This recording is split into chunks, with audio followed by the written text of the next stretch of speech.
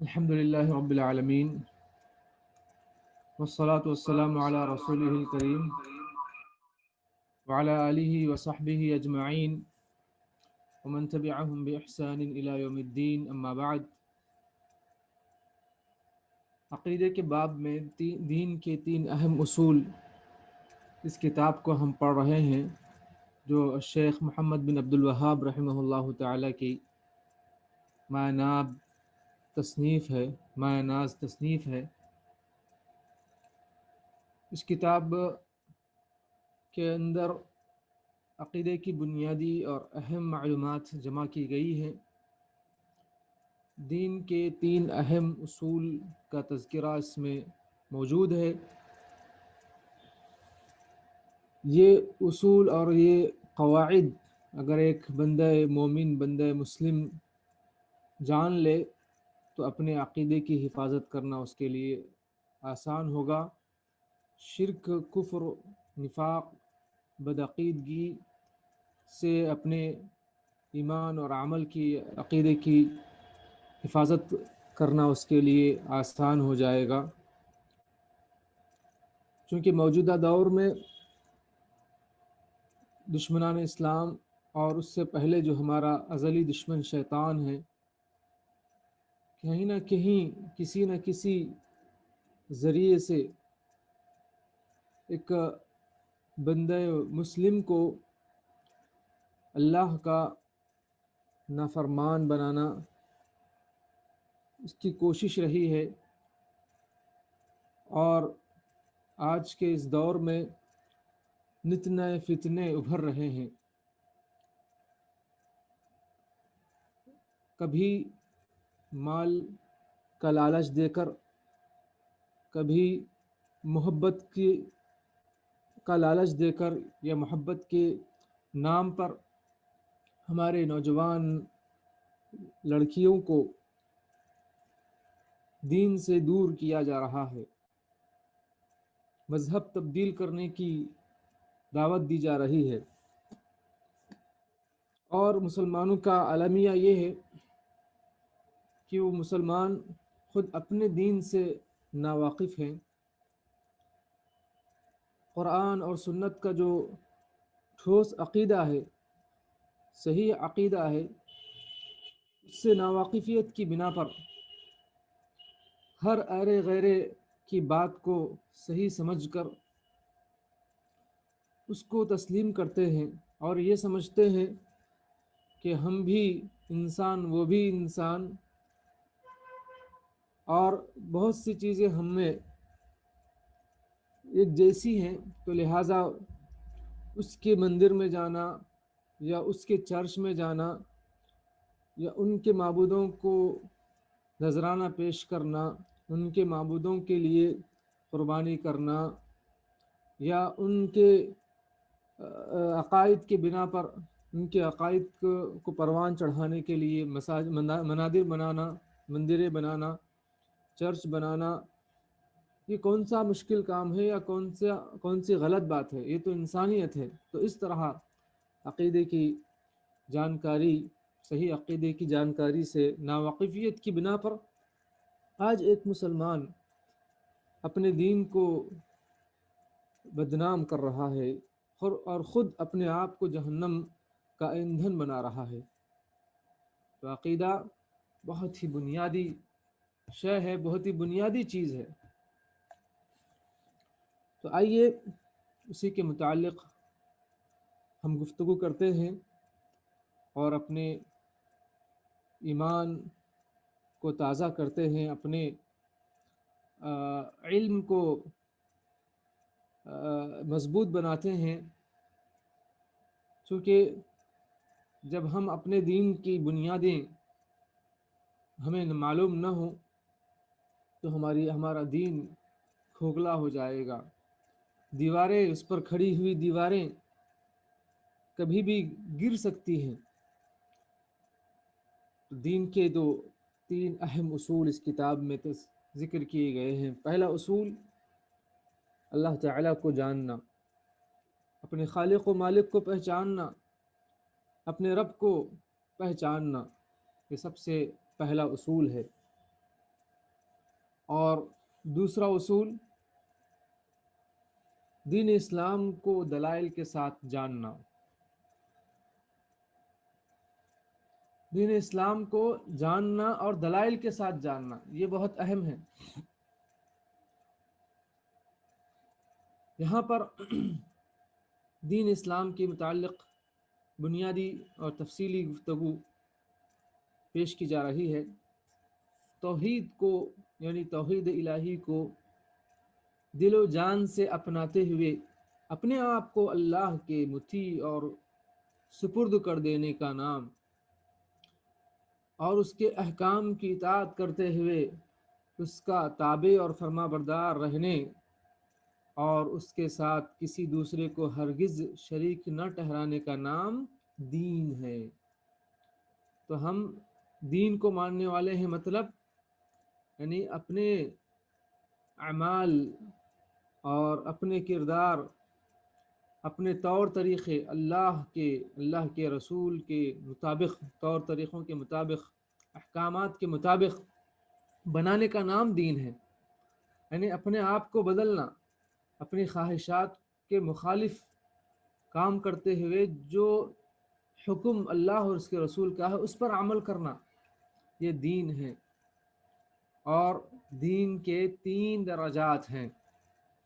جیسے کہ آپ کو بات معلوم ہے کہ کسی بھی چیز میں یعنی 3 درجے ہوتے ہیں. یعنی کوئی فرسٹ درجہ، پہلا درجہ، دوسرا درجہ، تیسرا درجہ، first grade, second grade, third grade ہوتا ہے. اسی طریقے سے دین اسلام میں بھی 3 درجات ہیں. سب سے پہلا درجہ اسلام کا ہے، یعنی کوئی شخص کافر ہے، وہ کلمہ توحید کا اقرار کرتا ہے، یعنی اللہ کو مانتا ہے اور اللہ کے نبیوں کو مانتا ہے،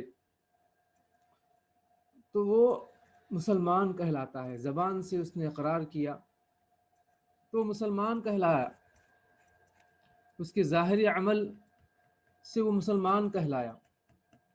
اور دوسرا درجہ ایمان کا درجہ آتا ہے، جو اس سے آگے کا درجہ ہے،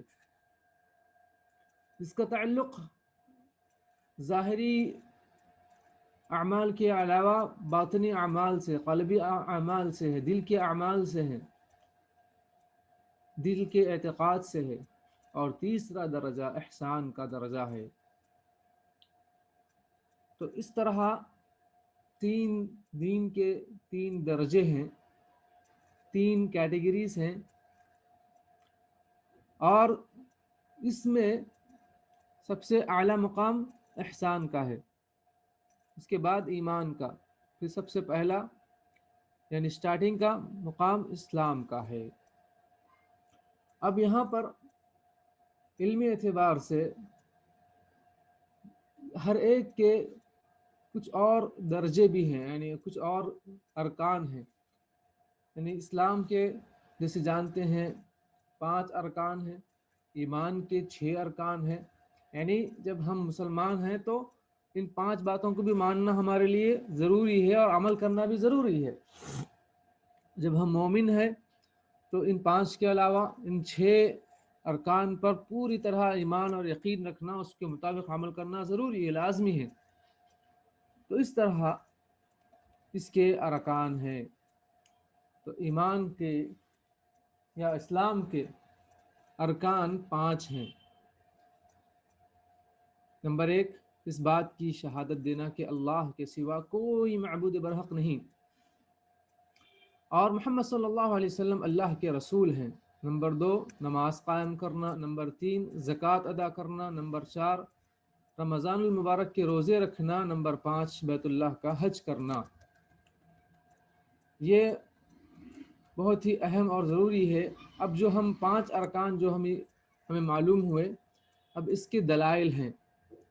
قرآن سے کیا دلیل ہے کہ یہ رکن ہے، اسلام کا رکن ہے؟ حدیث سے کیا دلیل ہے؟ تو یہ دلائل آ رہے ہیں، دلائل ارکان اسلام. تو سب سے پہلے شہادت دینا. تو شہادت توحید اس کی دلیل سورہ آل عمران آیت نمبر 18 میں ہے۔ شہادت توحید کا مطلب اللہ تعالیٰ کے معبود وحدہ لا شریک لہ ہونے کا اعتراف کرنا۔ اللہ تعالیٰ نے فرمایا اعوذ باللہ من الشیطان الرجیم بسم اللہ الرحمن الرحیم شہید اللہ انہ لا الہ الا هو والملائکۃ واولو العلم قائما بالقسط لا الہ الا هو العزیز الحکیم۔ اللہ تعالیٰ نے خود شہادت دی ہے کہ اس کی یا اس کے سوا کوئی لائق عبادت نہیں، اور یہی شہادت سب فرشتوں نے اور سب اہل علم نے بھی دی ہے۔ وہ انصاف پر قائم ہے، اس زبردست حکیم کے سوا فی الواقع کوئی لائق عبادت نہیں۔ شہادت توحید کا معنی یہ ہے کہ اللہ تعالیٰ کے سوا کوئی حقیقی معبود نہیں، یعنی لا الہ الا اللہ کا معنی کیا ہے؟ اللہ تعالیٰ کے سوا کوئی حقیقی معبود نہیں۔ تو لا الہ کے اندر الا اللہ کے اندر لا الہ الا اللہ کے اندر دو چیزیں موجود ہیں، ایک میں نفی ہے اور ایک میں اس بات ہے، یعنی ایک میں یا لا الہ سے ہم ایک چیز کی نفی کرتے ہیں اور الا اللہ میں ایک چیز کا اعتراف ہے۔ کیا ہے؟ تو لا الہ الا اللہ کے دو ارکان ہیں۔ پہلا رکن نفی ہے، یعنی ہر اس چیز کی نفی، یعنی انکار کرنا جس اللہ کے سوا جس کی بھی پوجا کی جاتی ہے، جس کی بھی عبادت کی جاتی ہے، اس کا انکار لا الہ میں ہے۔ تو یہ لا الہ الا اللہ کے دو ارکان میں پہلا رکن ہوا۔ تو سب سے پہلے مثال کے طور پر ایک روم ہے، ایک گھر ہے، اس گھر میں ہم اگر رہنا چاہتے ہیں تو سب سے پہلے اس گھر میں جو پہلے موجود تھے وہ اگر خالی ہوں گے تو ہم اس گھر میں رہ سکیں گے۔ یا کسی کمرے میں اگر سامان ہے، اس کمرے میں اگر ہم اپنا سامان رکھنا چاہتے ہیں تو اپنا قیمتی سامان رکھنا چاہتے ہیں تو سب سے پہلے اس کمرے کا جو پرانا سامان ہے، جو غیر اہم سامان ہے یا کسی اور کا ہے، اس کو نکالنا پڑے گا، پھر ہم اپنا سامان یا اپنی چیز اس میں رکھ سکتے ہیں۔ تو اسی طرح لا الہ کے اندر سب سے پہلے اپنے دل میں جو معبودان باطلہ کی محبت ہے، معبودان باطلہ سے عقیدت ہے، اور معبودان باطلہ کو اللہ کے برابر جو کرنے کا تصور ہے، اس کو نکالنا کہ اللہ کے سوا کوئی لائق عبادت نہیں، کوئی نہیں ہے۔ نہ عیسیٰ علیہ السلام ہے، نہ موسیٰ علیہ السلام ہے، نہ ہی ابراہیم علیہ السلام ہے، نہ ہی کوئی ولی، کوئی بزرگ، کوئی پیر، کوئی مرشد، اور نہ کوئی کسی اور کا کوئی بڑا، کوئی نہیں ہے سوائے اللہ کے۔ نہ علی ہے، نہ حسین ہے، نہ حسن ہے، اور نہ ہی جبریل ہے، نہ میکائیل ہے، نہ اسرافیل ہے، اور نہ ہی کوئی اور مخلوق سوائے اللہ کے۔ سب سے پہلے اپنے دل کو ان تمام لوگوں کی یعنی عقیدت سے اس کو نکالنا ہے، یعنی اللہ تعالیٰ جیسے ان کو تصور نہیں کرنا ہے۔ تو اس کے بعد الا اللہ کا مقام آتا ہے، ہاں، سوائے اللہ کے، یعنی میں صرف ایک اللہ کے لیے ہر قسم کی عبادت کا اس بات کرتا ہوں۔ تو الا اللہ میں صرف ایک اللہ تعالیٰ کی عبادت کو ثابت کر رہا ہے۔ ایک مومن بندہ لا الہ الا اللہ میں سب سے پہلے انکار کرتا ہے کہ جیسے قل یا ایھا الکافرون لا اعبد ما تعبدون ولا انتم عابدون ما اعبد ولا انا عابد ما عبدتم۔ اللہ کے نبی صلی اللہ علیہ وسلم کی زبانی کہلوایا گیا، بسم اللہ الرحمن الرحیم، اے نبی صلی اللہ علیہ وسلم آپ کہہ دیجئے، اعلان کر دیجئے کافروں سے، کافروں، جس کی تم عبادت کرتے ہو یا جن کی تم عبادت اور پرستش کرتے ہو، ان کی میں عبادت اور پرستش نہیں کرنے والا ہوں، اور نہ ہی تم جس کی میں عبادت کرتا ہوں اس کی عبادت کرنے والے ہو۔ تمہارا دین تمہارے لیے اور میرا دین میرے لیے۔ تو سب سے پہلے اللہ کے نبی صلی اللہ علیہ وسلم نے ان تمام معبودان باطلہ کا انکار کیا، پھر اللہ تعالیٰ کی عبادت کو اپنے لیے ثابت کیا کہ میں صرف اللہ کے سامنے جھکتا ہوں، مجھے اسی بات کا حکم دیا گیا ہے، وَأُمِرْتُ لِأَنْ أَكُونَ أَوَّلَ الْمُسْلِمِينَ، کہ مجھے حکم دیا گیا ہے کہ میں سب سے پہلے فرما بردار بن جاؤں اللہ کا، اللہ کے سامنے جھکنے والا بن جاؤں۔ اور اسی بات کی تشریح اللہ تعالیٰ کے دیگر قرآن کریم کے میں جو فرامین موجود ہیں اس سے ہوتی ہے، جیسے سورہ الزخرف کی آیت نمبر 26، 27 اور 28، ان تین آیات مبارکہ میں اللہ عز و جل نے ابراہیم علیہ السلام اور ان کی قوم کی کا تفصیلی ذکر فرمایا، جبکہ ابراہیم علیہ السلام نے کہا اپنے باپ اپنی قوم سے، وَإِذْ قَالَ إِبْرَاهِيمُ لِأَبِيهِ وَقَوْمِهِ إِنَّنِي بَرَاءٌ مِّمَّا تَعْبُدُونَ إِلَّا الَّذِي فَطَرَنِي فَإِنَّهُ سَيَهْدِينِ وَجَعَلَهَا كَلِمَةً بَاقِيَةً فِي عَقِبِهِ لَعَلَّهُمْ يَرْجِعُونَ۔ اس کا ترجمہ یہ ہے، اور یاد کرو وہ وقت جب ابراہیم علیہ السلام نے اپنے باپ اور اپنی قوم سے کہا تھا، تم جن کی بندگی کرتے ہو میرا ان سے کوئی تعلق نہیں، میرا تعلق صرف اس اللہ سے ہے یا اس سے ہے جس نے مجھے پیدا کیا، وہی میری رہنمائی کرے گا۔ اور ابراہیم یہی کلمہ عقیدہ یعنی اپنی اولاد میں چھوڑ گئے تاکہ وہ اس کی طرف رجوع کریں۔ تو ابراہیم علیہ السلام نے کیا کیا آپ جانتے ہیں، وہ وقت جب کہ ابراہیم علیہ السلام کو اللہ تعالیٰ نے دین کی سمجھ عطا فرمائی، وہ دین کی تلاش میں نکلے، جبکہ ان کی قوم کے لوگ بتوں کی پرستش کرنے والے، ان کے والد بتوں کے پجاری تھے، بتوں کو بنا کر اپنے ہاتھوں سے وہ بیچتے تھے، وہی ان کا کاروبار تھا، وہی ان کا بزنس تھا، یعنی پورا ماحول کفر و شرک سے بھرا ہوا تھا۔ ایسے دور میں ابراہیم علیہ السلام تنہا اٹھتے ہیں، اللہ کی توفیق سے وہ تحقیق کرتے ہیں، اس سے پہلے آسمان کی طرف دیکھ کر اپنے خالق کو پہچاننے کی کوشش کرتے ہیں، ستاروں کو دیکھتے ہیں، کہتے ہیں کہ یہ میرا رب ہے، پھر وہ غروب ہوتا ہے تو پھر کہتے ہیں کہ میرا رب ڈوبنے والا نہیں ہو سکتا، چاند کو دیکھتے ہیں وہ چمک رہا ہے، کہتے ہیں کہ اس سے بڑا میرا رب ہو سکتا ہے، لیکن جب وہ بھی صبح ہوتے ہوتے غروب ہو جاتا ہے، چھپ جاتا ہے سورج کی روشنی میں، تو کہتے ہیں کہ یہ بھی میرا رب نہیں ہو سکتا۔ پھر سورج کو طلوع ہوتا ہوا دیکھتے ہیں تو ھذا ربی ھذا اکبر، کہتے ہیں یہ میرا رب ہے اور میرا یہ بڑا رب ہے، لیکن فلما افلت قال یا قوم انی بریء مما تشرکون، جب یہ بھی غروب ہو جاتا ہے تو کہتے ہیں کہ میری قوم کے لوگوں تمہارے شرک سے میں بیزار ہوں، انی وجہت وجہی للذی فطر السماوات والارض حنیفا وما انا من المشرکین کا اعلان کرتے ہوئے کہتے ہیں کہ میں اس ذات کی طرف اپنا چہرہ پھیرتا ہوں جس نے نہ صرف یہ سورج کو، چاند کو، بلکہ زمین و آسمان کی تمام مخلوقات کو اس نے پیدا کیا، وما انا والارض حنیفا، اور جو ہے میں اسی اللہ تعالیٰ کی طرف یکسو ہو کر اس کی عبادت کرتا ہوں۔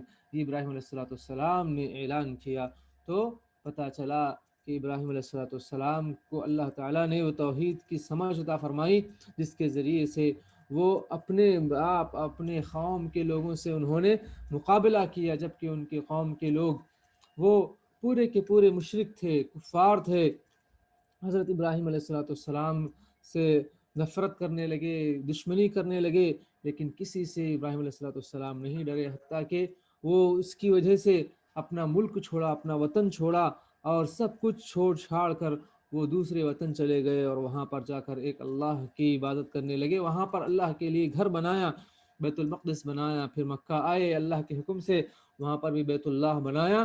تو ابراہیم علیہ السلام نے جب توحید کو قبول کیا تو نہ اپنے باپ کی سنی، نہ کسی اپنے قوم کے سردار کی سنی، نہ اپنے قوم کے رہنماؤں کی سنی، بلکہ نہ مال کی وجہ سے انہوں جھکے، نہ ہی کسی اور لالچ میں وہ آئے۔ تو یہ ایک بندہ مومن ہوتا ہے جس کے دل میں توحید گھس جاتی ہے، یعنی راسخ ہو جاتی ہے، توحید داخل ہو جاتی ہے، تو پھر وہ کبھی دین اسلام سے پھر نہیں سکتا۔ آج بھی یہی ضرورت ہمارے اندر بھی ہونی چاہیے، عقیدہ ہمارے اندر بھی ہونا چاہیے، اسی بات کی ضرورت ہے۔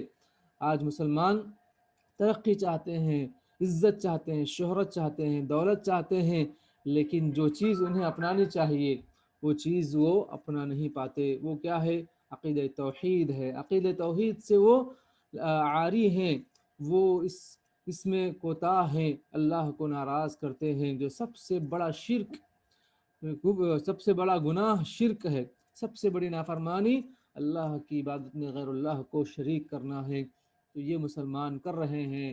تو ضرورت ہے کہ مسلمان سمجھے، مسلمان اپنے عقیدے کی اصلاح کریں۔ اور اسی طرح ایک اور آیت اسی بات کی تشریح میں ہمیں ملتی ہے، سورہ آل عمران آیت نمبر 64 میں اللہ تعالیٰ نے فرمایا، بسم اللہ الرحمن الرحیم، قل يا أهل الكتاب تعالوا إلى كلمة سواء بيننا وبينكم ألا نعبد إلا الله ولا نشرك به شيئا ولا يتخذ بعضنا بعضا أربابا من دون الله فإن تولوا فقولوا اشهدوا بأننا مسلمون۔ آپ فرما دیجئے، اے اہل کتاب، آؤ ایک ایسی بات کی طرف جو ہمارے اور تمہارے درمیان یکساں ہے، برابر ہے، وہ یہ کہ ہم اللہ کے سوا کسی کی بندگی نہ کریں، کسی کی عبادت نہ کریں، اس کے ساتھ کسی کو شریک نہ ٹھہرائیں، اور ہم میں سے کوئی اللہ کے سوا کسی کو رب نہ بنائے۔ اس دعوت کو قبول کرنے سے اگر وہ منہ نہ موڑیں تو صاف کہہ دیجئے کہ آپ لوگ گواہ رہو، ہم تو مسلم، یعنی صرف اللہ کی بندگی اور اطاعت کرنے والے ہیں۔ تو اس آیت میں بھی اللہ تعالیٰ نے یہی فرمایا کہ اگر یہود اور نصارہ سے دوستی کرنا ہے تو پھر یہی ان کے سامنے بات رکھنا ہے سب سے پہلے، کہ ہم تم سب مل کر ایک اللہ کی عبادت کریں اور اس کے ساتھ کسی کو شریک نہ ٹھہرائیں، یہی ہمارے اور تمہارے درمیان مشترک چیز ہے۔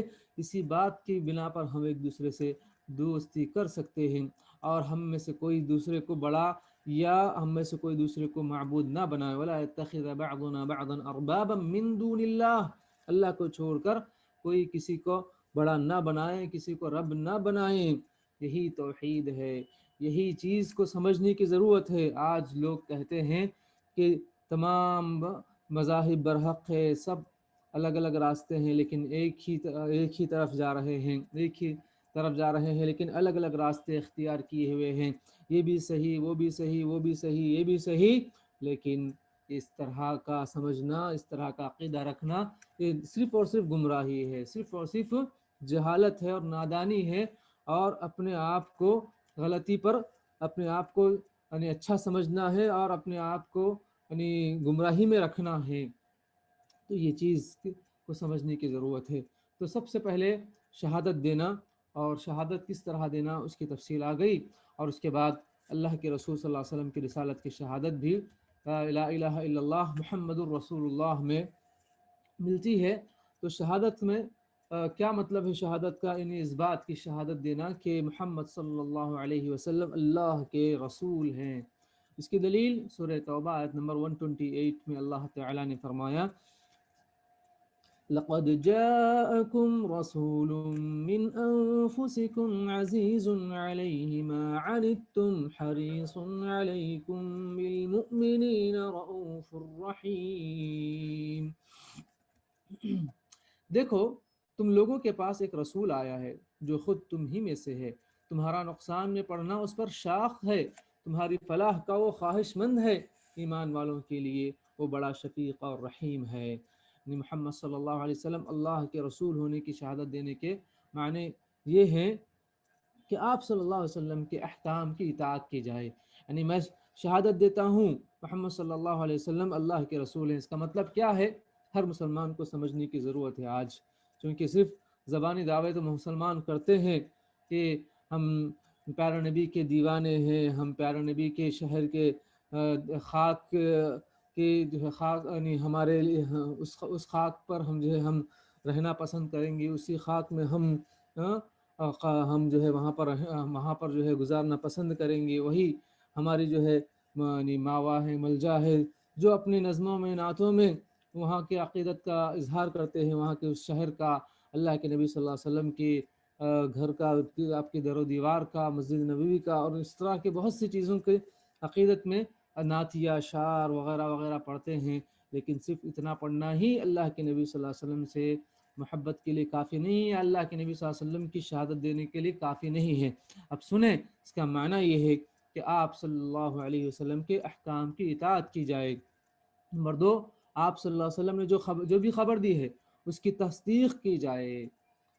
اور نمبر 3، آپ صلی اللہ علیہ وسلم نے جن امور سے روکا اور منع کیا ہے ان سے قطعی اجتناب کیا جائے، یعنی پوری طرح رک جائے۔ اور نمبر 4، اللہ تعالیٰ کی عبادت صرف مشروع طریقے سے ہی کی جائے۔ بہت اہم ہے، اللہ تعالیٰ کی عبادت ہم کریں لیکن اپنے طریقے پر نہیں، بلکہ جو قرآن اور حدیث میں اللہ کے نبی صلی اللہ علیہ وسلم کے طریقے میں ملتا ہے اس طریقے پر کریں ہی تو وہ عبادت ہے۔ ورنہ اگر نماز 4 رکعت والی نماز کو 5 رکعت پڑھ لیں، ظہر کی، عصر کی، عشاء کی نماز کیا جائز ہو سکتی ہے؟ مغرب کی 3 رکعت ہے اس کو 2 رکعت کر لیں، یا 3 رکعت کو 4 رکعت کر لیں، عبادت ہی ہے، کیا جائز ہو سکتی ہے؟ نہیں۔ وَأَلَّا يُعْبَدَ اللَّهَ إِلَّا بِمَا شَرَعَ، اللہ تعالیٰ کی عبادت صرف مشروع طریقے سے ہی کی جائے۔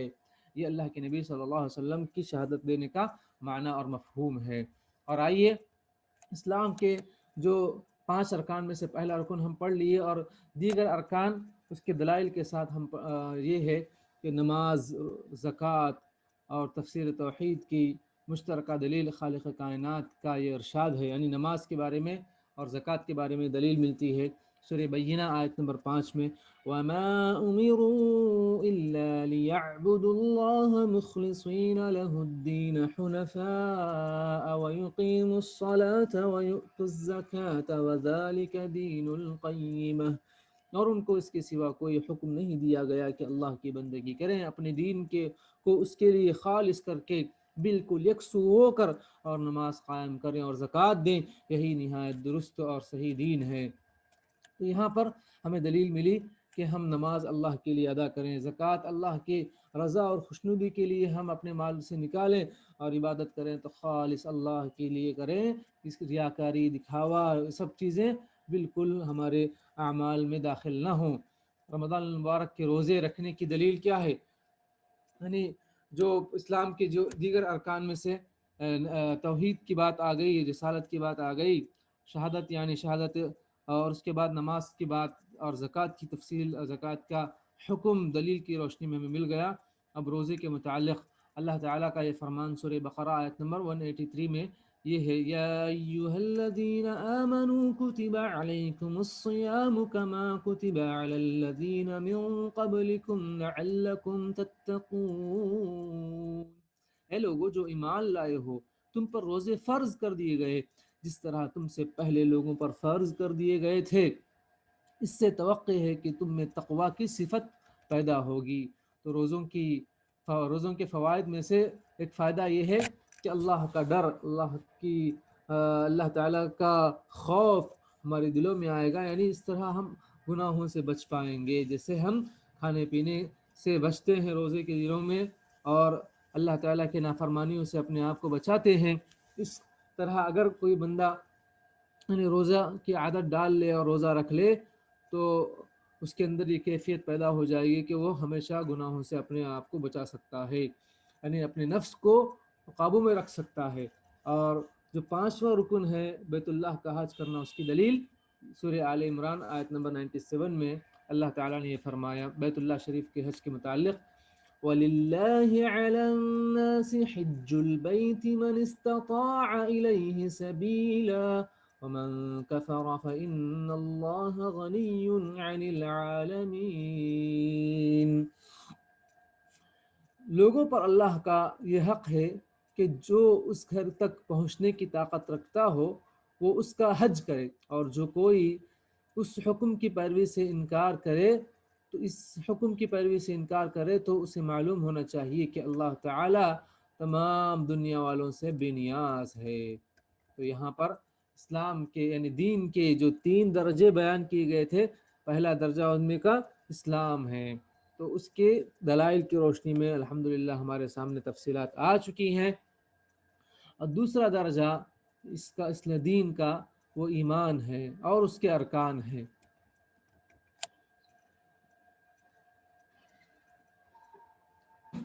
اس سلسلے میں اللہ کے نبی صلی اللہ علیہ وسلم کی ایک حدیث ہے، الایمان بضع و سبعون شعبہ، کہ ایمان کے 70 سے زیادہ شاخیں ہیں، حصے ہیں، شعبے ہیں، کہ جن میں اعلیٰ ترین درجہ فاعلاها قول لا الہ الا اللہ کہ لا الہ الا اللہ یعنی اللہ کے سوا کوئی معبود برحق نہیں یہ کہنا ہے. وَأَدْنَاهَا إِمَاتَةُ الْأَذَى عَنِ الطَّرِيقِ، اور سب سے ادنا درجہ ایمان کا راستے سے ایذا اور ضرر رساں چیزوں کو ہٹانا ہے، یعنی کانٹے وغیرہ اور کیل وغیرہ اور اس طرح جو بھی یعنی تکلیف دہ چیزیں ہیں جو راستے میں گری پڑی ہیں جس سے دیگر لوگوں کو نقصان پہنچ سکتا ہے، ان کے پیر میں وہ چوب کر ان کو تکلیف ہو سکتی ہے، یا پھر ان کے کپڑوں میں لگ کر کپڑے خراب ہو سکتے ہیں، یا اس طرح راستے میں گندگی پڑی ہوئی ہے، جس سے کہ آج کل بہت سے یعنی گلیوں میں بہت سے سڑکوں میں جگہ جگہ پر گندگی پڑی رہتی ہے. اگر کوئی ہمت کر کے اس کو ہٹاتا ہے تو اس کے ایمان کا ایک درجہ ہے، ایک حصہ ہے، اس ایمان کی وجہ سے ہی وہ راستے سے وہ چیز کو دور کرنے کی وہ سوچتا ہے، وہ سوچا ہے. ورنہ جس کے پاس ایمان نہ ہو تو وہ دیکھ کر بھی وہ اندیکھی کرتا ہے اور ایسے ہی چلا جاتا ہے. لیکن جس کے اندر ایمان ہے وہ سوچتا ہے کہ اس سے کسی اور مسلمان بھائی کو یا کسی اور کو، جانور کو، کسی اور کو تکلیف ہو سکتی ہے، اور اس کے لیے تکلیف دینا یہ میں اگر میرے بس میں ہے تو میں اس سے تکلیف دور کرنا میرے لیے ضروری ہے، تو اس لیے وہ اس سے راستے سے تکلیف چیز کو دور کرتا ہے. تو یہ ایمان کی وجہ سے ہی اس کے اندر یہ صفت، یہ کیفیت پیدا ہوتی ہے. اس کے بعد اللہ کے نبی نے فرمایا اسی حدیث میں والحیاء شعبۃ من الایمان، اور شرم و حیا بھی ایمان کا ایک شعبہ ہے، ایک حصہ ہے. صحیح مسلم کی روایت ہے. تو یہاں پر ایمان کے 6 ارکان بیان کیے گئے ہیں. نمبر 1 اللہ پر ایمان لانا، نمبر 2 اس کے فرشتوں پر ایمان لانا، نمبر 3 اس کی کتابوں پر ایمان لانا، نمبر 4 اس کے رسولوں پر ایمان لانا، نمبر 5 روز قیامت پر ایمان لانا، اور نمبر 6 اچھی اور بری تقدیر پر ایمان لانا. یہاں پر ایمان کے 6 ارکان ذکر کر دیے گئے ہیں. اور اس کے بعد اب ایمان کے جو 6 ارکان ہیں اس کی کیا دلیل ہے قرآن میں، اللہ تعالیٰ کے فرامین میں، یہ انشاءاللہ ہم پڑھیں گے. دلائل ارکان ایمان، ایمان کے ان 6 ارکان میں سے پہلے 5 رکن کی یا 5 ارکان کی دلیل اللہ تعالیٰ کے یہ ارشاد گرامی ہے. اللہ تعالیٰ کا یہ فرمان ہے سورہ بقرہ آیت نمبر 177 میں اللہ نے فرمایا لَيْسَ الْبِرَّ أَن تُوَلُّوا وُجُوهَكُمْ قِبَلَ الْمَشْرِقِ وَالْمَغْرِبِ وَلَكِنَّ الْبِرَّ مَنْ آمَنَ بِاللَّهِ وَالْيَوْمِ الْآخِرِ وَالْمَلَائِكَةِ وَالْكِتَابِ وَالنَّبِيِّينَ. نیکی یہ نہیں کہ تم نے اپنے چہرے مشرق کی طرف کر لیے یا مغرب کی طرف، بلکہ نیکی یہ ہے کہ آدمی اللہ پر اور یوم آخرت پر اور ملائکہ یعنی فرشتوں پر اور اللہ کی نازل کی ہوئی کتاب اور اس کے پیغمبروں پر ایمان اور یقین رکھے، یہ نیکی ہے. اچھا، یہ دلیل ہمیں اس آیت میں ملی کہ 5 ارکان کی یہاں پر دلیل ہے. اللہ پر، آخرت کے دن پر، فرشتوں پر، اللہ کی کتابوں پر، اللہ کے نبیوں پر ایمان لانا یہ نیکی ہے. اور 6ویں رکن کی دلیل اس میں نہیں بلکہ سورہ قمر کی آیت نمبر 49 میں ہے. اللہ تعالیٰ نے فرمایا اِنَّا كُلَّ شَيْءٍ خَلَقْنَاهُ بِقَدَرٍ، کہ ہم نے ہر چیز ایک تقدیر کے ساتھ پیدا کی ہے.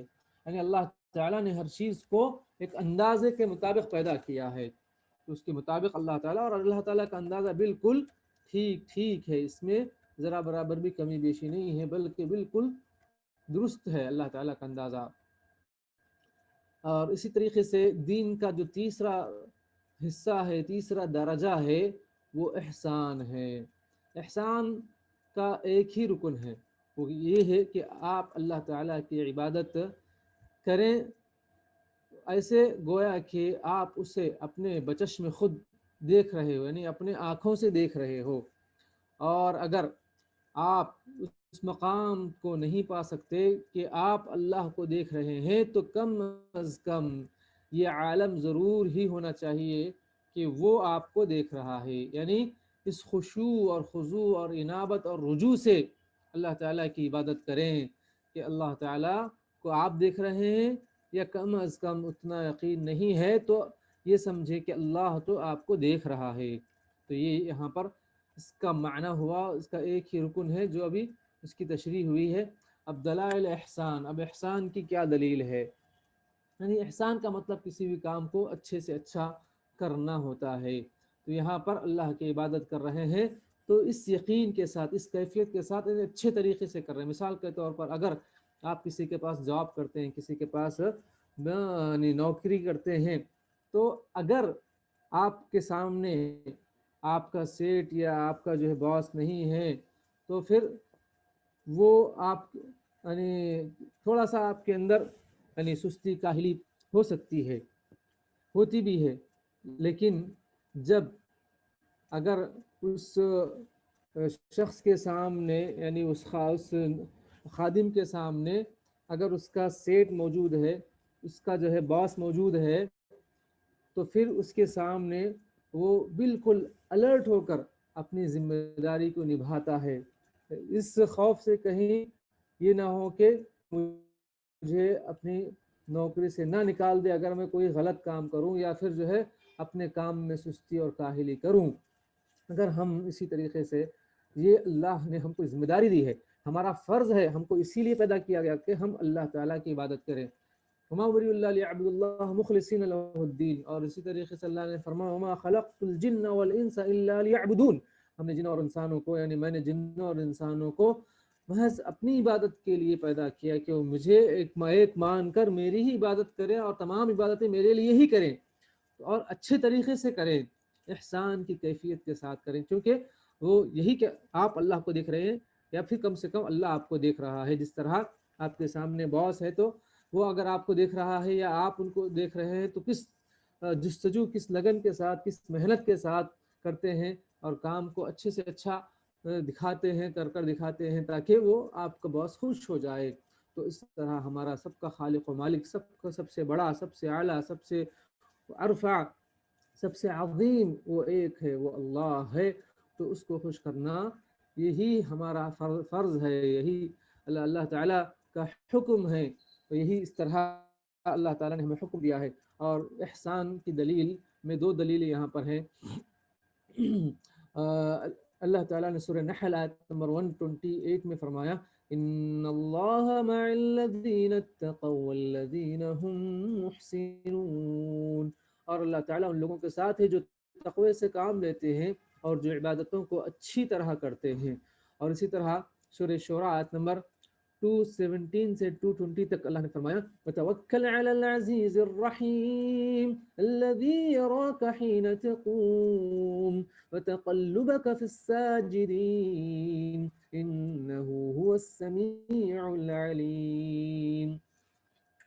اور اس زبردست اور رحیم پر توکل رکھی جو آپ کو اس وقت دیکھ رہا ہوتا ہے جب آپ اٹھتے ہیں، اور سجدہ گزار لوگوں میں آپ کی نقل و حرکت پر نگاہ رکھتا ہے، وہ سب کچھ سننے والا اور جاننے والا ہے۔ تو یہاں پر کیا بات بتائی گئی کہ اللہ تعالیٰ جب ہم عبادت کرتے ہیں تو اللہ تعالیٰ ہم کو دیکھ رہا ہے، اللہ تعالیٰ کی نگاہوں میں ہم ہیں، یعنی اللہ تعالیٰ ہم سے غافل نہیں ہے، یا یعنی اللہ تعالیٰ ہماری عبادتوں کو رائگاں نہیں کرے گا، بلکہ اللہ تعالیٰ دیکھ رہا ہے۔ جب ہم کو اللہ دیکھ رہا ہے یقین ہونا چاہیے اور عبادت میں، اور اچھے طریقے سے عبادت کرنی چاہیے۔ اور اسی طریقے سے یہی دین کا سب سے اعلیٰ حصہ ہے احسان۔ اور سورہ یونس آیت نمبر 61 میں بھی اللہ تعالیٰ نے فرمایا وَمَا تَكُونُ فِي شَأْنٍ وَمَا تَتْلُو مِنْهُ مِنْ قُرْآنٍ وَلَا تَعْمَلُونَ مِنْ عَمَلٍ إِلَّا كُنَّا عَلَيْكُمْ شُهُودًا إِذْ تُفِيضُونَ فِيهِ۔ اے نبی صلی اللہ علیہ وسلم، آپ جس حال میں بھی ہوتے ہو اور قرآن میں سے کچھ بھی سناتے ہو، اور لوگوں تم بھی جو کچھ کرتے ہو، اس سب کے دوران میں ہم تم کو دیکھتے رہتے ہیں۔ یعنی اللہ تعالیٰ فرماتے ہیں جو کچھ بھی ہم کر رہے ہیں اللہ تعالیٰ دیکھ رہے ہیں۔ تو یہاں دین کے ان 3 درجات پر قرآن سے ہمیں دلیل ہمیں مل گئی۔ اب دین کے ان 3 درجات پر سنت نبی صلی اللہ علیہ وسلم سے بھی دلیل ہمیں ملتی ہے۔ وہ مشہور حدیث جبریل ہے، اس نام سے وہ معروف ہے، اور آپ نے اس سے پہلے اس حدیث کو تفصیل سے پڑھ لیا ہے۔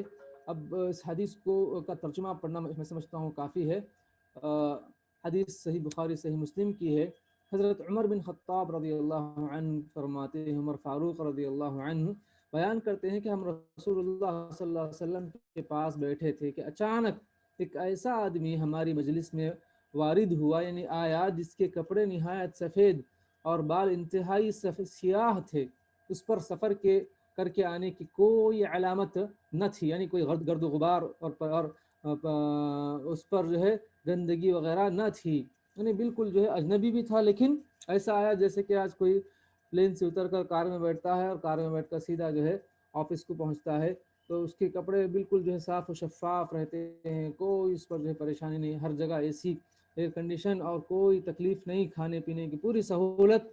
تو اس طرح جیسے وہ اجنبی ہے، کوئی جانتا نہیں ہے، لیکن اس وقت کا جو سفر تھا وہ بالکل الگ سفر تھا، اونٹوں پر سوار ہو کر، گھوڑوں پر گدھوں پر اور پیدل سوار ہو کر آتے تھے، گرد و غبار، دھوپ اور پسینے کی بدبو وغیرہ ہو جاتی تھی، تو سفر کا کر کے آنے کی وجہ سے اس کے جسم میں اس طرح کی گرد و غبار لگی ہوتی تھی اس کے کپڑوں پر، اور سامنے آنے والا پہچان لیتا کہ ہاں، دیکھنے والا پہچان لیتا کہ یہ مسافر ہیں، لیکن یہ مسافر ایسا مسافر ہے کہ بالکل ایسا کہ گویا کہ اے سی میں بیٹھ کر، ایئر کنڈیشن میں رہ کر جو ہے وہ سفر کر کے آیا ہوا ہے، جبکہ اس وقت کوئی تصور نہیں تھا کہ اس طرح کا سفر۔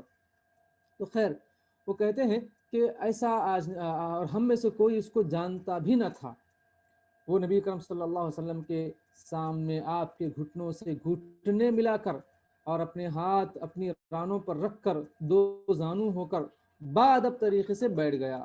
اب یہاں پر اللہ کے نبی صلی اللہ علیہ وسلم کا ادب و احترام ہر کوئی کرتے تھے، آپ صلی اللہ علیہ وسلم سے ہر کوئی ڈرتے تھے، آپ کے سامنے اس طرح یعنی ہاتھ رکھنا اور آپ کے قدموں سے قدم ملانا کسی کی ہمت اور جرأت نہیں تھی، لیکن یہ شخص ایسا ہے کہ بالکل آپ صلی اللہ علیہ وسلم کے پاس آ کر بیٹھ گیا ہے اور آپ کے زانوں سے، آپ کے گھٹنوں سے گھٹنے ملا کر بیٹھا ہے، اور اس کے بعد بادب طریقے سے اس نے کہا، اے محمد صلی اللہ علیہ وسلم، مجھے بتلائیے کہ اسلام کیا ہے۔ تو آپ صلی اللہ علیہ وسلم نے وہی اسلام کے 5 ارکان کی تفصیلات بتلائیں، فرمایا کہ اسلام یہ ہے کہ آپ اس بات کی گواہی دیں کہ اللہ کے سوا کوئی معبود برحق نہیں ہے اور محمد صلی اللہ علیہ وسلم اللہ کے سچے رسول ہیں، اور یہ کہ آپ نماز قائم کریں، زکوٰۃ ادا کریں، رمضان المبارک کے روزے رکھیں، اور اگر زاد راہ کی استطاعت ہو تو بیت اللہ کا حج کریں۔ تو یہ آپ صلی اللہ علیہ وسلم نے جواب دیا۔ اس کے بعد اس نوارد نے کہا کہ آپ صلی اللہ علیہ وسلم نے سچ فرمایا، یعنی آپ نے سچ کہا، صدقت۔ ہم اس کی بات پر متعجب ہوئے کہ پہلے تو آپ صلی اللہ علیہ وسلم سے سوال کرتا، پھر خود ہی تصدیق کر رہا ہے۔ خیر، اس کے بعد اس نے کہا، مجھے بتلائیے کہ ایمان کیا ہے، مل ایمان۔ تو وہی آپ صلی اللہ علیہ وسلم نے 6 چیزوں کے بارے میں بتلایا کہ ایمان یہ ہے کہ آپ اللہ تعالیٰ اور اس کے فرشتے، اس کی کتابوں، اس کے رسولوں، روز قیامت اور تقدیر یعنی کہ خیر و شر پر مکمل ایمان رکھیں۔ تب اس نے سن کر کہا کہ مجھے بتلائیں کہ احسان کیا ہے۔ آپ صلی اللہ علیہ وسلم نے ارشاد فرمایا، احسان یہ ہے کہ ان تعبد اللہ کأنک تراہ فإن لم تکن تراہ فإنہ یراک، کہ آپ اللہ تعالیٰ کی عبادت اس خشوع اور خضوع اور انابت اور رجوع سے کریں کہ گویا کہ آپ اس سے بچشم خود دیکھ رہے ہیں، اور اگر آپ اس رتبے بلند کو نہیں پا سکتے تو کم از کم یہ عالم تو ضرور ہی ہونا چاہیے کہ وہ آپ کو دیکھ رہا ہے۔ تو یہ 3 سوالات کی، تو 3 کا جواب آپ صلی اللہ علیہ وسلم نے دے دیا۔ اس نے کہا، مجھے آپ صلی اللہ علیہ وسلم یہ بتائیں کہ قیامت کب آنے والی ہے؟ تو آپ صلی اللہ علیہ وسلم نے فرمایا، جس سے سوال کیا جا رہا ہے وہ کوئی قیامت کے بارے میں سوال کرنے سے زیادہ نہیں جانتا۔ تو اس نے کہا کہ علامت قیامت ہی بتا دیجئے۔ تو آپ صلی اللہ علیہ وسلم نے فرمایا، لونڈی اپنے آقا کو جنم دے گی اور آپ دیکھیں گے کہ ننگے پاؤں، ننگے بدن، بھیڑ بکریاں چرانے والے لوگ بڑی بڑی عمارتیں بنانے میں فخر کریں گے۔ تو خیر، یہ تمام تفصیلات حدیث کی کتابوں میں موجود ہیں، اس کے کیا مطالب ہیں۔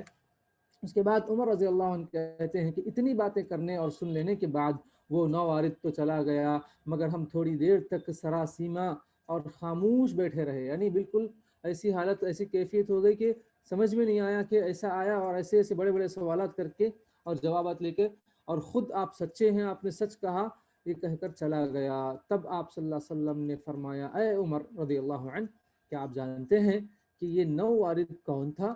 ہم نے کہا، اللہ اور اس کا رسول ہی زیادہ بہتر جانتے ہیں۔ تو آپ صلی اللہ علیہ وسلم نے بتایا کہ یہ جبریل امین تھے، یہ جبرائیل امین تھے، جو ایک اجنبی کی شکل میں تمہیں امور دین کی تعلیم دینے آئے تھے۔ تو معلوم ہوا کہ دین کی تعلیم دینے جبریل علیہ السلام بھی آیا کرتے تھے۔